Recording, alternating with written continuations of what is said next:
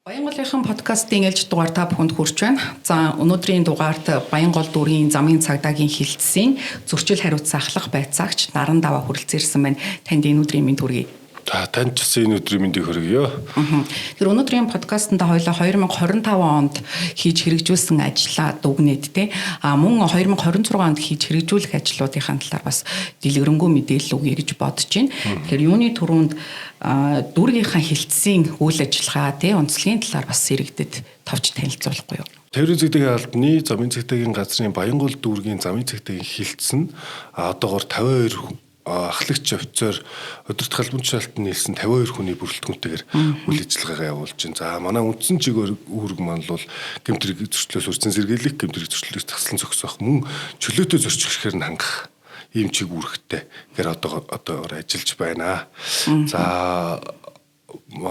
онцлог нь бол ерөнхийдөө инх тайвны өргөнчлөө манай нутаг дэвсгэрч нөгөө орон нутгаас ирж байгаа гарч байгаа бүх хөдөлгөөн инх тайвны өргөнчлөгөөр буюу Саппорогийн уулзуураар дамжин өнгөрдөг ганц том уулзууртай мөн дээртэс нь үйлдвэрчдийн гудам гээд одоо дэц дөрв бол одоо бидний хэл занстар дэц дөрв том машин болон дөрвөн тэнхлэгт тээврийн хэрэгслүүдийн зорчих хөдөлгөөн ихтэй. Ерөнхийдөө бол иймэрхүү онцлогтой нутаг дэвсгэртэй байгаа. Тэрэн дээр бол хөдөлгөөн зохицуулалт болон бусдын аюулгүй байдлыг хангах чиглэлээр бол одоогийн байдал яг үйл ажиллагаагаа хэрэгжүүлээд албаагч нар маань өргөсөнд ангарах хүлээсэн үүргийнхээ дагуу тэгээд нөгөө 24 цаг 365 хоног тасралтгүй үүргийг биелүүлж байна. 2025 онд бол бас Баянгол дүүргийн замын цагдаагийн хилцсийн үйл ажиллагаанд бас томоохон өөрчлөлтүүд гарсан байсан. Тэгээ сайн үр дүнтэй ажлууд бас байсан. Үүний нэг нь одоо сургуулийн орчимд хүүхдийн дэгдэлгүй гэсэн тоо баримт бас байгаад байгаа. Энэ талаар бас мэдээлэл өгөхгүй юу? Яг юунаас шалтгааллаад энэ үр дүнг үзүүлв те? Ямар ажлуудыг хийж хэрэгжүүлв?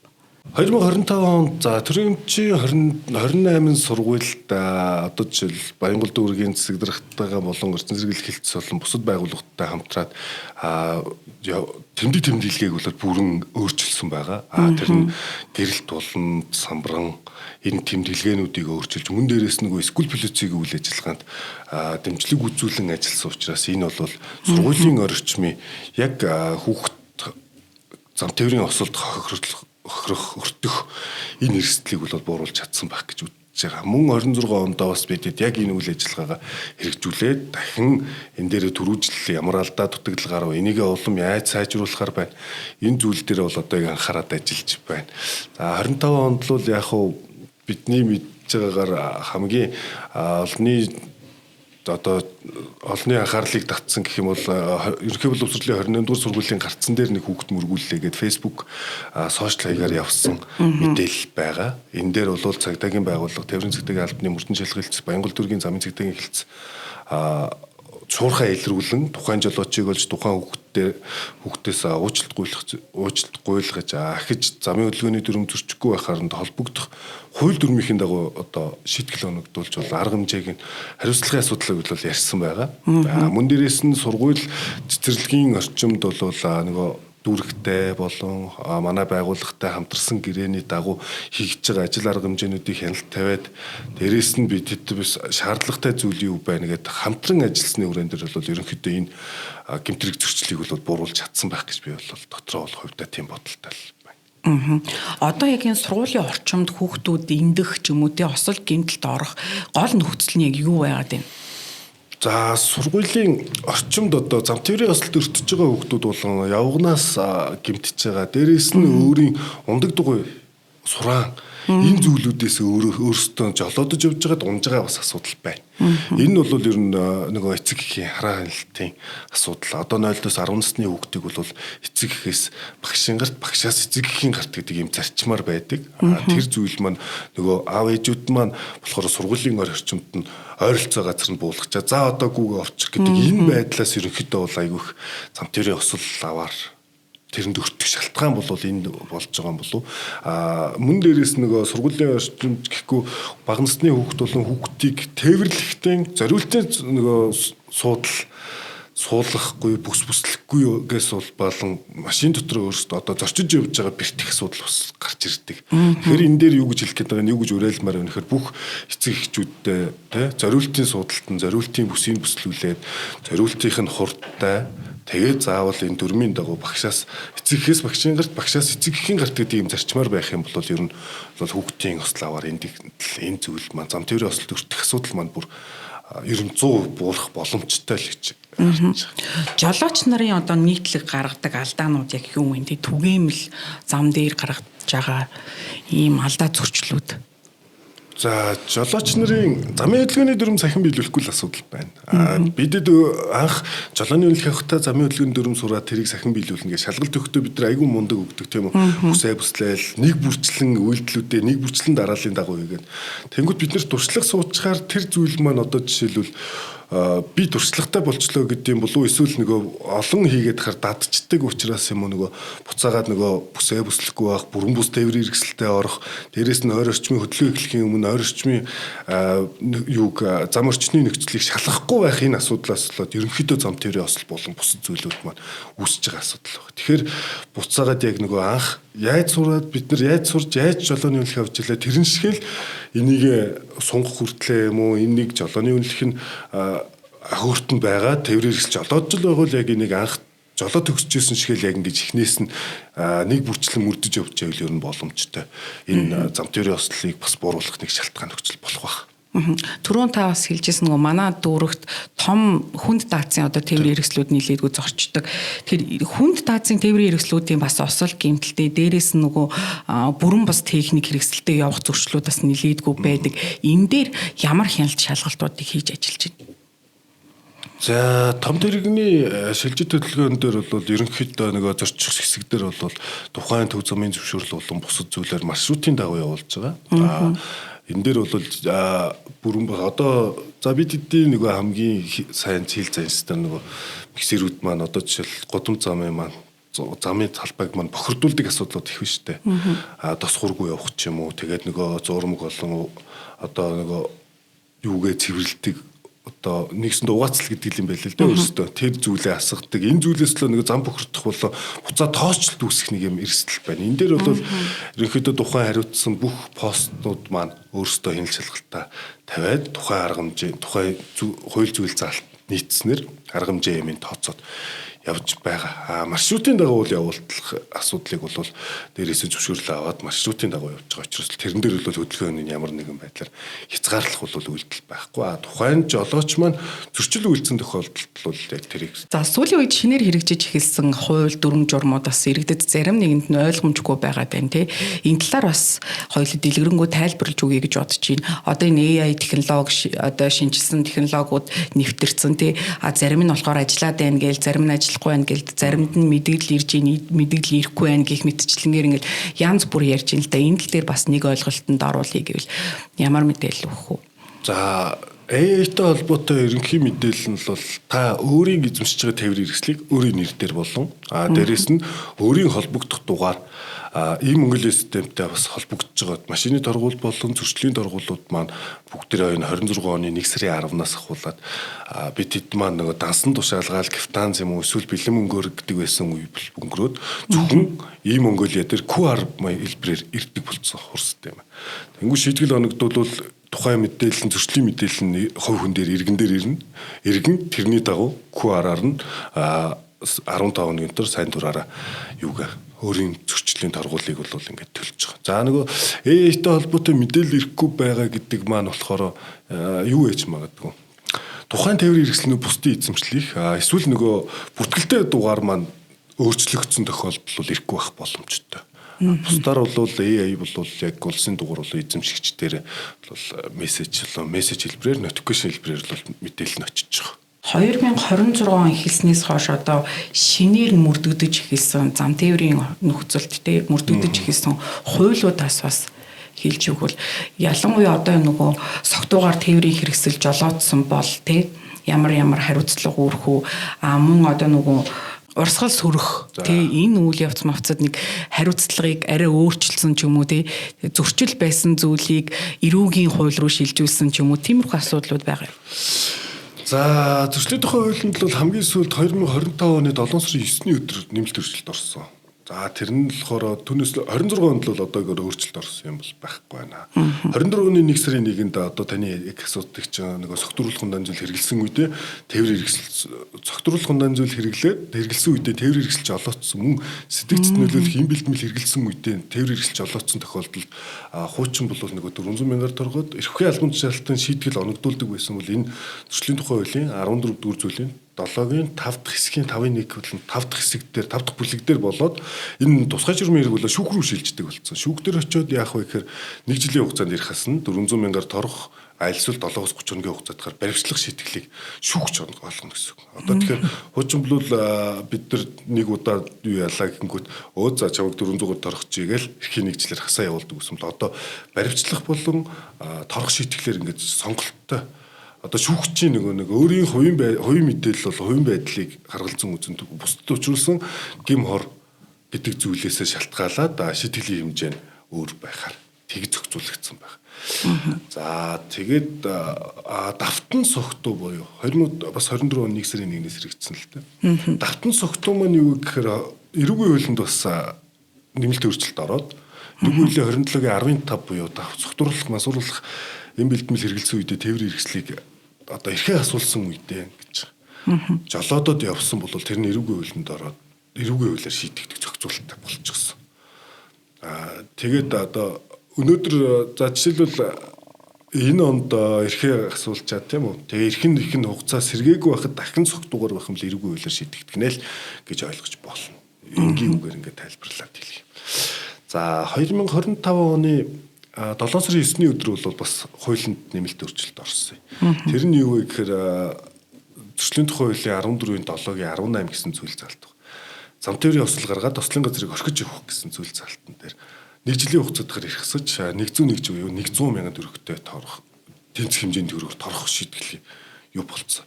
Энэ дээр бол иргэд маань бол хамгийн их одоо нэг юу яаж байгаа одоо мэдээлэл аваагүйгээс олдог. Энээс болоод жижигхэн одоо зураас байна гэл одоо ихэнх л тэгжэл жижигхэн зураас байна. Яагаад ирэх юм хасж байгаа ингээд гомдол гарах шүүх рүү очиод давж заалдах буцаагаад өөрийнх нь буруу болох ийм асуудлууд бол асар их гарч байна. За Баянгол дүүргийн нутаг дэвсгэр дээр бол одоогийн байдлаар эзэнгүү яг ингээд тослын газрыг осл хийчээд тослын газрыг орхио явчихсан эзэнгүү бол нэг 100 за нэг 175 билүү 73 байсан. За энэс л ерөнхийдөө бол ихэнх нь буюу нэг 90% нь бүгдийг олж тогтоогоод эрхээ асуулсан байгаа. 1 жилийн хугацаагаар эрх асуулсан 400 мянган төгрөгөөр торгуулсан ийм асуудлууд байна. Тэгээ өөрөөс нь тухайлаад та яагаад мэдүүлэг тайлбарч зөрчил шалган шийдвэрлэх ажиллагаа явагдахаар асууна л да. Та яагаад ингэж явчихвэ? Энэ манай байрны нөгөө бид эдийн өөрсдөө нэг юм юу үйлдэлээс болж байгаа. Хариуцлагагүй хайнга тэр үйлдэлээс гайгүй л байна гэдэг. Эсвэл энэ манай байрны манай нөгөө айлын залуу ш. За би энэ өөрөө хэлчихье гэдэг нэг юм бодлоосоо болоод цагдаагийн байгуулалт мэдээлэл өгөөгүй нөгөө иргэн тохирол учруулчаад байдаг. Тэр тохирлынхаа өрөөнд дээр цагдаад өргөдлөөр ч юм уу цагдаагийн байгууллагын 102 тусгай дугаарт дуудлагаар ч юм ингээд эрен цагдаа хойшлуулчгүй ажиллагаагаа игээд олдогтойгоод шийтгэл мэдээж тэр нь таарсан шийтгэлийг оногдвол. Тэгээ асуухаар ер нь л бол тэгнэ. Уул нэг жоохон л гайгүй л нэг юм зураас байсан гайгүй л те. Тэгээ энэ бол манай нөгөө орчны залуу шүү дээ. Манай яг хажуудлын айлын залуу. Яагаад миний их хэсэг гэдэг би энэ залуутайгаа бол уучраа олчих байсан шүү дээ.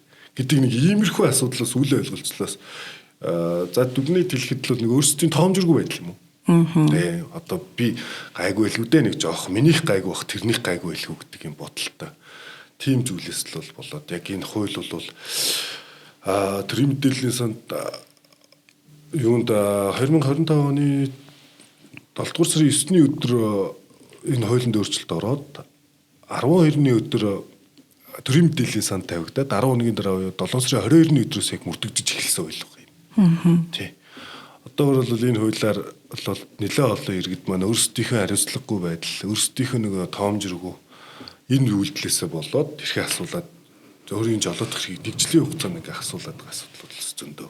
Хууль эрх зүйн мэдлэгтэй энэ мэдээлэл авцсан эсвэл нэг юм иргэний үүргийн биелүүлээд шүү дээ тэр чинь. Буцаагаад иргэнтэй холбогдоод мэдэгдээ те. Уучлаарай би 55-55-ын жолооч байна. Таны машиныг мөрөгчлөө та гараад ирэх боломжтой юу? Би ингээд жоохон шүргчлээ. Би ийм ажилтай байгаамаа. Би эсвэл ингээд ирээд болох уу? Та үнэлгээ юмдаа орж явах уу? Ийм л нэг харилцааны асуудлаас болоод айгүй их тийм дутагдал гарч одоо өөрсдийнхөө хувийн байдлыг л дордуулж байна л да. За түрүүн бас дурдаад өнгөрлөө нөгөө жолооны эрхээ асуулаад тий буцаад эрхээ сэргийлэхээр бол яах юм? За зөвшөөрөл үйлчилгээний төв болон энэ бусад хууль журмаараа бол эрх сэргээх маань буцаа нөгөө хуучин бидний хэл заншнаар нөгөө шалгалт өгдөг байсан шин. Шалгалт өгдөг оноогоо сэргээдэг гэл тэр зүйл маань байхаа болсон. Тэгэхээр яах вэ? Хууль зүйн яамны сайтын тушаалаар 226 тушаалаар шууд нөгөө эрхийн хугацаанд дуусгар анх хасуулсан өдрөөс дуусгар болсон өдрөөр шууд автоматар сэргдэг болсон гэж энэ нөгөө автоматар сэргдэг болчихсон. Өнөөдөр жишээлбэл 2026 оны 4 сарын 15-ны өдөр тийм үү хэрхээ асуулаад явцсан бол 27 оны 4 сарын 10-ны өдөр 15-ны өдөр одоо ингээд шууд автоматар сэргэх нэ. Тэр хууль зүйн яамны сайтын тушаалтаа тийм юу байх. Одоо шөнийн нэгдсэн хяналт шалгалт гэж цагдаа нар хийдэг шүү дээ. Энэ шалгалтаар нөгөө согтуу янз бүрийн зөрчилтэй зүйлүүдийг бас илрүүлдэг. Баянгол төвийн одоо хувьд эхний улирлын байдлаар ч юм уу тий согтуугаар твэр хэрэгсэж жолоодсон бас хичнээн зөрчлүүдийг илрүүлсэн байна. За нэгдүгээр улирлын байдлаар нэг 450 орчим. Гэхдээ энэ дотор бас шөнийн хяналт шалгалтаар бол зөвхөн согтуу гэхгүй. Жолоодох эрхээ асуулсан үедээ тээвэр хэрэгсэл жолоодсон зөрчил байна. Мөн дээрээс нь нөгөө сэтгэц нөлөөлөх юм бэлтгэл хэрэгэлсэн, тээвэрлсэн гэдэг юм гэмтэргийн шинжтэй үйлдэлүүд байна. Зэвсгийн чанартай зүйл одоо очиж зөвөрлж яваа. Шалгалтанд орохдохтай ч юм уу эсвэл нөгөө хулгайн зүйл очиж яваа гэх. Энэ бүх зүйл ер нь бол шөнийн хяналт шалгалт маань ерөнхийдөө л нөгөө бусдын нөгөө хөл хөдөлгөөнд тасарчин дээрээс нь замын хөдөлгөөний эрчим сэрчин энэ үе дээр бол юу гарах вэ гэхээр одоо бусад гэмтрэг зөрчлүүд үйлдэгдэж болно тэр зүйл дээр бол хяналт шалгалт тавьж байгаа тэрүүгээр бас илрүүлдэг юм онцлогтой. За согтурсан мансуурсан үедээ тээвэр хэрэгсэл жолоодсон нэг 350-аас 50 орчим зөрчлийг одоогор бол илрүүлж Баянголын замын цагдаагийн хэлтсийн зөрчил хариуцсан байцаагч нар шалгаад тухайн нөгөө төрүүлсэн ш нөгөө хуулинд өөрчлөлт орсон учраас дүүргийн эрүү иргэний хэлбэр ажиллагааны анхан шатны шүүхэд шийтгэл оногдуулах халбатлагын аргамж авах салтаагаар хургуулсан байна. Тэгэхээр бол ерөнхийдөө шөнийн хяналт шалгалтаар бол илэрж байгаа зөрчил байгаа боловч иргэдийн маань өөрсдийн нөгөө шөн цагдаа багтай ойрхон газар юм чинь түгжирлэгэн чинь гэдэг нэг юм бодол байна. Энэ зүйлээс л жолооч нар үүргээ биелүүлэхгүй нэг асуудал байна шүү дээ. Одоо нөгөө зарим тохиолдолд бас дуудлагын жолооч дуудчихдаг тий. Тэгсэнд нөгөө дуудлагын жолооч насанд хүрээгүй ч юм уу эсвэл өөрөө бас согтуурсан ч юм уу тиймэрхүү зөрчлүүд байдаг байх тий. Тиймэрхүү зөрчлүүдийг бас нэлээдгүй сонсч ийсэн санагдчихэв. Энэ дуудлагын жолоочийг дуудахаар бол иргэдэд хэлэхэд аль биесний тийм бүртгэлтэй, даатгалтай энэ газруудаас дуудлагын жолооч авбал зүгээр. Яг тэгэхээр нөгөө одоо үйлчлэгээний газраас гарч ирж байгаа согтуурлах хундаан зүйл хэрэглээ гарч ирэнгүүт жолоочор явна шүү гэдэг. Бид эдэн маань нөгөө иргэд маань жишээлбэл тэр хүнийг жолооч мөн үү биш үү, дадлага туршлагатай юу, даатгалтай юу гэдгийг мэдэхгүй хурдан л харихаа бодож байгаа, хурдан л гэртээ очих гоо тийм үү. Тэгээд нөгөө жолооч хүн иргэдийн нэг юм ойлголт байгаад дээ шүү дээ. Дуудлагын жолооч амар удаж ирдэг эсвэл шөнө амар ачаалттай байдаг гэд. Би UBKP-ний хүнээс зүгээр яг энэ хувийн байдлаар асууж үзчихсэн. Танай дуудлагын жолооч морин жолооч гэдэг үйлчилгээ шүү дээ. Энэ орой хоногтой хэдэн хүн гард юм бэ? Дүүргээрээ байд юм уу юу гэдэг юм. Үгүй ээ манайх бол UBKP-т бүртгэлтэй морин жолооч болох даатгалаа хийлгүүлсэн бүх хүн дээр тэр нь нээлттэй байгаа. Тэгэхээр тэрэн дээр хязгаар байдгүй. Жишээл өнөөдөр 10 хүн ажиллах ёстой гэж юм байхгүй. Тэр UBKP болон бусад газруудын одоо юм гэрээтэй газрууд 19-50 ч юм уу тэр гэрээтэй газрууд маань тэр даатгалтай жолооч нараа боломжтой хувилбараар нь явуулна. Тэгэхдээ нөгөө ядар сүлцэн үед нь явуулахгүй, давтаж 2-3 шөнөөр явуулахгүй гэдэг ийм зарчмууд барьдгаа гэж байгаа байхгүй. Одоо бүртгэлтэй, даатгалтай, дээрнээс нөгөө буух эзэн буцах ихтэй байвал зүгээр байхгүй. Одоо яг манай дээр бол ганц нэг тийм байна л да. Дуудлагын жолооч нь согтуу байсан үе байна. Тийм асуудал байгаа. Мөн дээрээс нь дуудлагын жолооч маань өөрөө зам тээврээс гаргачаад тухайн иргэнийг цогтурсан масурсан иргэд гэдэг ингээд иргэнийг одоо тухайн тэр тээвэр хэрэгслийн эзэмшигч байдаг ш. Тэрийг ингээ машин дотор нь орхио явчихдаг. Тэгээд нөгөө буцаагаад ямар жолооч хаанаас юу исэн гэхээр би тийм үйлчлэгээний газар л ингээд явна гэхээр л ингээд суулгацсан уццыг дугаар муугаар юуч байхгүй. Тань та төлбөрөө төлсөн юм хөрөө төлбөрөөчлөөгүй юу гэж л. Тэгэхээр бас нөгөө зөрчил шалгаж дүрлэх ажиллагаанд бас юм эргэлзээ тэнэгэлзээ бас гарч ирнэ. Үнэхээр та барьж авсан юм уу дуудлагын жолооч байсан юм гэдэг чинь ингээд эргэлзээтэй асуудал болчихж байгаа юм асуудал. Одоо манай дүүргийн хувьд ч гэх юм уу за яг нийтлэг асуултаа нөгөө улирлаас шалтгаалсан осол гэж байгаа шүү дээ тий. Одоо өвлийн улиралд тэр осол нь түгээмэл байдаг. Зуны улирал нь одоо тэр осол зөрчлүүд нь түгээмэл байдаг ч гэдэг юм уу. Энэ талаар бас мэдээлэл өгвөл. 4 сарын 10-ны өдрөөс хойш 2 дугаар төлөв мотоцикл мопед сурааны зөвшөөрөл бол нөгөө засаг даргын захирамж гардаг шүү дээ. 10 сараас 4 сарын 10 хүртэл юм 15 хүртэл нөгөө зорч хэрхий хязгаарлалт. За одоо тэр нэгдвэл нөгөө 2 дугаартай тээвэр хэрэгслийн маань зөрчлүүд тасар их нэгдэнэ. Дулааны улиралд бол за зам тээврийн осол байна. Дээрээс нь жолоодох эрхгүй, ангиллалгүй, үедээ жолоодсон зөрчлүүд байна. Улсын дугааргүй, толигүй, хамгаалах малгай хэрэгсэлгүй. Ингээ энэ зөрчлүүд маань дулаан оронгууд нэг 2 дугуйд маань гараад ирж байна. Мотоцикл, мопед гэдэг ангиллалын тээврийн хэрэгслүүд маань гараад ирчихвэл эдгээр нөгөө бүрэн бус гэдэг зүйл маань бас ахаад нэмэгдэнэ. За өвөл болон бусад улирлуудад бол харьцангуй ер нь бол тийм яг зас халтаргаа гулгаанаас үүсч бол зас орсны дараа бол нөгөө халтаргаа гулгаанаас үүсч нөгөө зам тээврийн осол нэмэгдэнэ. Одоо бид нэг ингээл нөгөө жолоочд буруу хаам шиг ингээл жолооч л гэдэг тий. Гэтэл бас зарим тохиолдолд явган зорчигчийн бас зөрчлүүд их юм байна шүү дээ. Тэгээ энэ тал дээр бас явган зорчигчдод ямар зөвлөгөө өгөх үү тий, ямар мэдээлэл өгөх үү, яавал та одоо өөрийгөө бэртэлгүй, гэмтэлгүй тий, аюулгүй зорчоох уу гэдэг тал дээр бас мэдээлэл өгөх. Явган зорчигч нартай хэлгээд нөгөө тэр машины урдуур гүйж байгаа тийм үү тэрэн шиг би одоо нөгөө металлаар те тэрэн шиг материалаар бүрдээгүй те махан биетэй учраас битгий урдуур нь гүйжээ. Заавал зориултын гарц гармаар гарчээ. Бид нар нэг л амьтай. Дээрээс нь бид нар өвддөг, шаналдаг. Тэр төмөр зүйл бол өвдөхгүй, шаналхгүй, солиоч юм холиод будаач юм уу засаа тавьчихна. Тэгэхээр өөрийгөө бас ингэж хитрхи эрсдэлд оруулж одоо гарц гарамгүй газараар битгий их гарчээ. Дээрээс нь нөгөө гэрэлтүүлэг муутай газараар явгнаар одоо зам хөндлөн гарч байгаа бол ямар нэгэн байдлаар гүйж битгий гарч бусдын хөдөлгөөнд өөрийнхөө аюулгүй байдлыг хараад хоёр тишээ хараад хөдөлгөөнөө үргэлжлүүлж яйл гэж одоо зөвлөе дөө замын хөдөлгөөний дүрм дээр ч байгаа тэр зүйлийг. Түүнээс л одоо юу гэмтэй одоо төмөр очиж мөрөгчөөд тэгээ одоо төмөр нь зүгээр байна гэж байхгүй. Тэгээ өөрөө л гэмтэн шүү дээ ер нь бол. Тэгэхээр нөгөө хариуцлага асуудал гэдэг юм уу. Гарц гарамтай газараар л гарч байгаа л гэж ер нь зөвлөх юм байна. Одоо энэ Баянгол дүүргийн иргэдийн төлөөлөгчдийн хурлын дэргэд гэмт хэрэгээс өрсөн сэргийлэх салбар зөвлөл гэж байгаа. Танаа одоо хэлтсийн хувьд ч гэсэн энэ багт одоо хамтарч ажилладаг тий. За тухайн багтаа хамтарч ажиллахад ер нь ямар үр дүнтэй байна тий. Энэ бас үр дүнгийн талаар бас мэдээлэл өгнө. За Баянголын замын цагтаа өөр өөрсдийн гэсэн нөгөө 52 албагчтай гэсэн шүү дээ. Өөр өөрсдийн ч гэсэн чиг үүрэгтэй.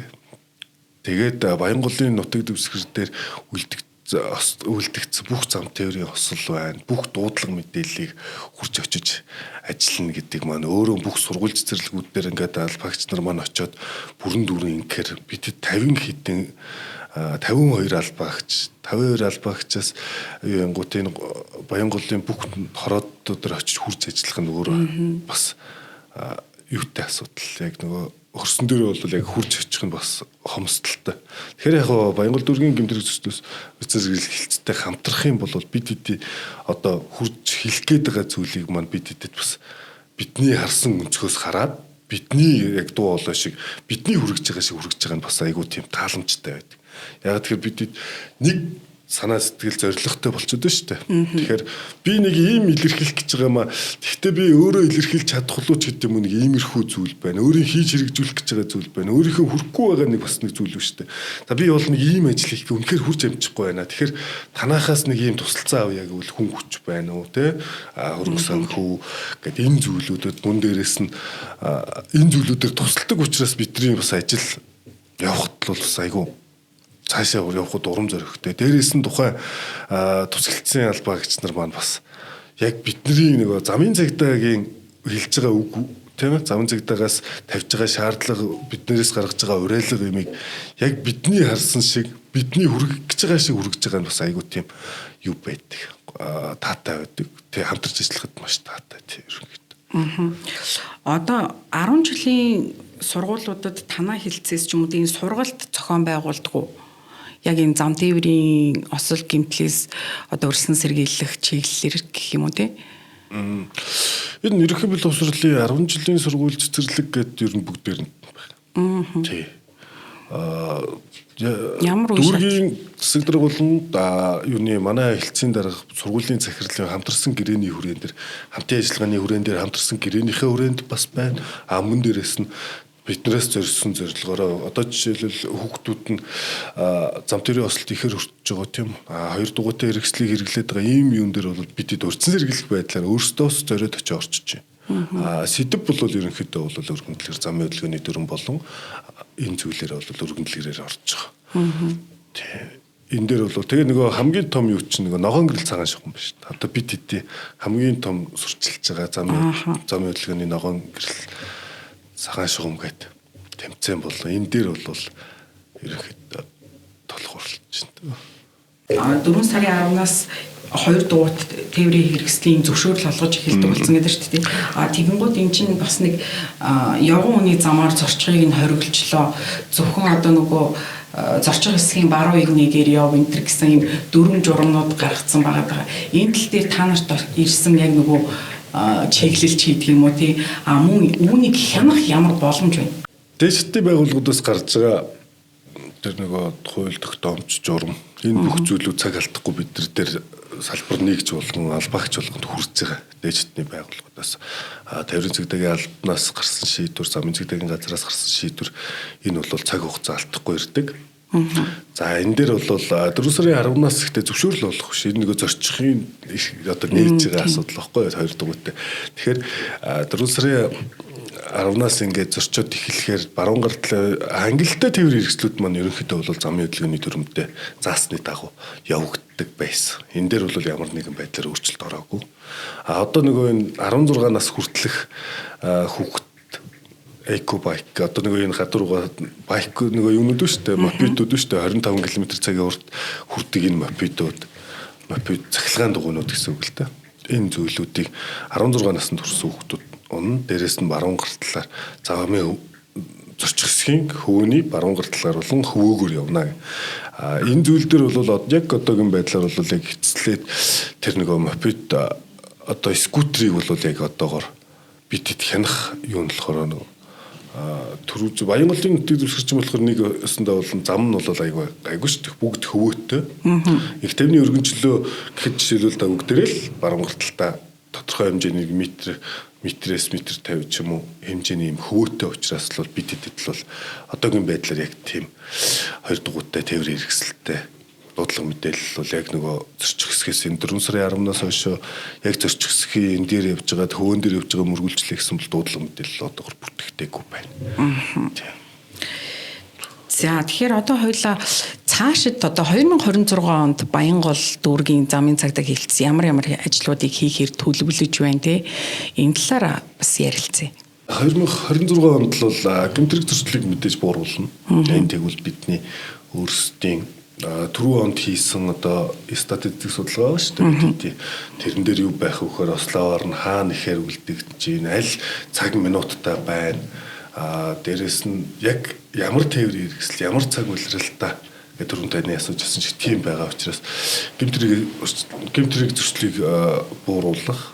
Тэгээд мөн дээрэс нь согтуугаар тээврийн хэрэгсэл жолооцсон иргэдэд мэдээлэл хүргэж энийг бууруулах зорилготой л ерөнхийдөө байна. Тэгвэл мэдээлэл багтаад ч юм уу бид за нэг 400 мянгаар торгочд юм чинь гэдэг ийм ойлголтоор байгаад байвал бид нэг сая гаруй хүнтэй хотыг ч одоо хідэн тэгээ жолоодох хэрэгтэйгээр хідэн машин барьж явах нь бас нэг юм байна. Бидэдээс тавьж байгаа хамгийн том зорилго бол нөгөө чөлөөтэй зорчих хэрэгээр хангах. Дээрээс нь төвчрэл саатлыг бол өөрсдийнхөө удирдлагын төвшөнд бол энийг л чөлөөтэйгээр зорчуулах хэрхэн дээр хангах гэсэн үндсэн тийм. Ерөнхий газрын дарга тээврийн цэгтгийн удирдлага замын цэгтгийн газар энднээс ирүүлсэн хийж хэрэгжүүлж байгаа зорилтыг бол биелүүлж ажиллана. За тэгэхээр хоёулаа подкастынхаа төгсгөлд замын хөдөлгөөний соёлыг сайжруулахад одоо хүн бүрийн оролцоо чухал шүү дээ те. Тэгэхээр бас зөвлөгөө өгч бас өндөрлөе гэж бодож байна. За нийт жолооч нартай хандаад хэлэхэд юу яараа замын хөдөлгөөний дүрмийг сахин биелүүлээрэ. Дээрээс нь замын хөдөлгөөний дүрмээ бид нар ахаад нэг судлаад хараад үзчихвэл бас буруутгааргүй болчих. Би жишээлбэл жолооч болсноос хойш 18 жил болчих. Тэгэхээр ингээд би буцаа зарим нэг зүйлээ мартах ч юм уу, зарим нэг замын хөдөлгөөний дүрмээ мартсан бол хэдүүлээ саны тэгээ соёлтой жолооч бай. Ирээдүгээ бид нар соёлтойгоор харуулъя. Ирээдүгээ соёлтой бэлдээл гэж хэлмээр жолооч нартай. Бүх жолооч нартай хэлэхэд нөгөө дүүнэртэй үлгэр дуурайлыг зөв болооч. Таны тусгал, таны үр хөвгөд тээврийн хэрэгсэл дотор чинь зорчиж явж байгаа хүмүүс танаас үлгэр дуурал авна шүү. Тэгэхээр хүүхдтэй бусдад гаднаас харж байгаа хүмүүст үлгэр дуурал болоод дөрмийн замын хөдөлгөөний дөрмийн дагуу замын хөдөлгөөнд оролцъё л гэж хэллээ. Баянголынхан подкастын энэ удаагийн дугаар та бүхэнд хүрлээ. Өнөөдрийн дугаард Баянгол дүүргийн замын цагдаагийн хилцсэн зөрчил хариуц ахлах байцаагч Наран Даваа оролцлоо. Танд баярлалаа. За баярлалаа.